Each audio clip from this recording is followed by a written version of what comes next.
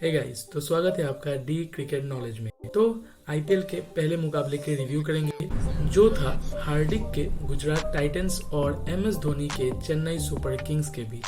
तो पहला मैच अहमदाबाद के नरेंद्र मोदी स्टेडियम में खेला गया था, गुजरात टाइटंस का होम ग्राउंड, जहां पर गुजरात टॉस जीतती है एंड वो बॉलिंग का फैसला करती है। तो पिछले रिकॉर्ड्स के हिसाब से इस ग्राउंड पे जो टीम चेस करती है उसको कंपैरेटिवली एडवांटेज होता है, क्योंकि ड्यू फैक्टर यहाँ पर दिखाई देता है बाद में, एंड चेस करना कंपैरेटिवली इजी होता है यहाँ पर रन डिफेंड करने से, एंड वही हमको देखने को मिला। तो सीएसके की तरफ से बैटिंग करने आते हैं ऋतुराज गायकवाड़ और डेवन कॉनवे। पिछले साल भी यही ओपनिंग पेयर आपको देखने को मिली थी, एंड इस साल भी सीएसके डिसाइड करती है कि इसी ओपनिंग पेयर के साथ वो लोग फिर से उतरेंगे।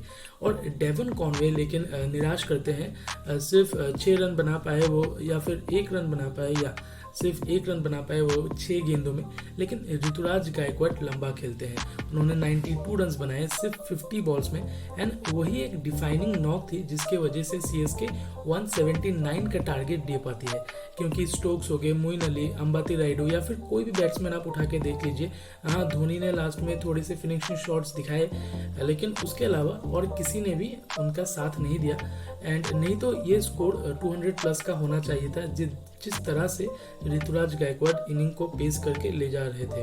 लेकिन उनके आउट होने के बाद ही पूरी रन रेट गिर सी गई और वो लोग 200 प्लस नहीं कर पाए। अगर गुजरात टाइटंस की गेंदबाजी की बात करें तो यहाँ पर राशिद खान बड़े इंप्रेसिव नजर आए।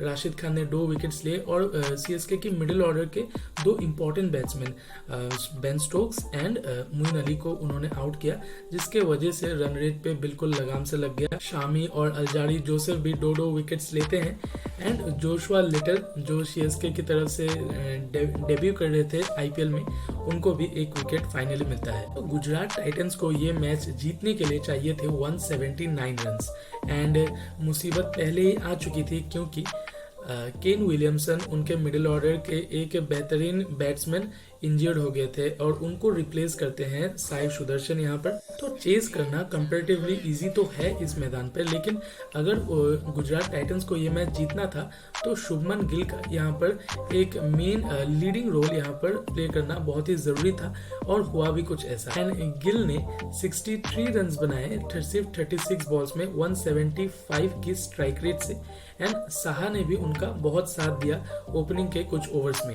लेकिन इन दोनों के जाते ही थोड़ी सी प्रॉब्लम गुजरात टाइटंस के बैटिंग में दिखने लगी, क्योंकि साई सुदर्शन और हार्दिक पांड्या ने भी थोड़ी सी अच्छी बैटिंग की, लेकिन इतना ज़्यादा डेप्थ नज़र नहीं आ रहा था इस गुजरात के टीम में। तो जैसा कि मैंने पहले भी कहा, गुजरात टाइटंस के इस टीम में थोड़ी सी बैटिंग डेप्थ आपको कम नज़र आती है, एंड इसीलिए ऑलराउंडर्स जैसे कि राहुल टेवाटिया हो गए और राशिद खान का रोल यहाँ पर काफ़ी ज़्यादा बढ़ जाता है। एंड विजय शंकर, उनका भी आप कंट्रीब्यूशन भूल नहीं सकते। 27 रन बनाए उन्होंने 21 बॉल्स पे, लेकिन वो बहुत ही ज्यादा क्रूशियल रन्स थे गुजरात टाइटंस के इस जीत में। एंड लास्ट में राशिद खान के उस 3 बॉल्स में 10 रन और राहुल टिवाटिया के मदद से जो पार्टनरशिप हुई उनके बीच में, उसी की वजह से गुजरात टाइटंस ये मैच जीत चुकी है। एंड बॉलिंग थोड़ी सी वीक नजर आ रही है यहाँ पर सीएसके की, क्योंकि तुषार देशपांडे जो एज एन इम्पैक्ट प्लेयर आए थे अंबाती रायडू की जगह, उन्होंने बहुत रन्स लीक किए हैं।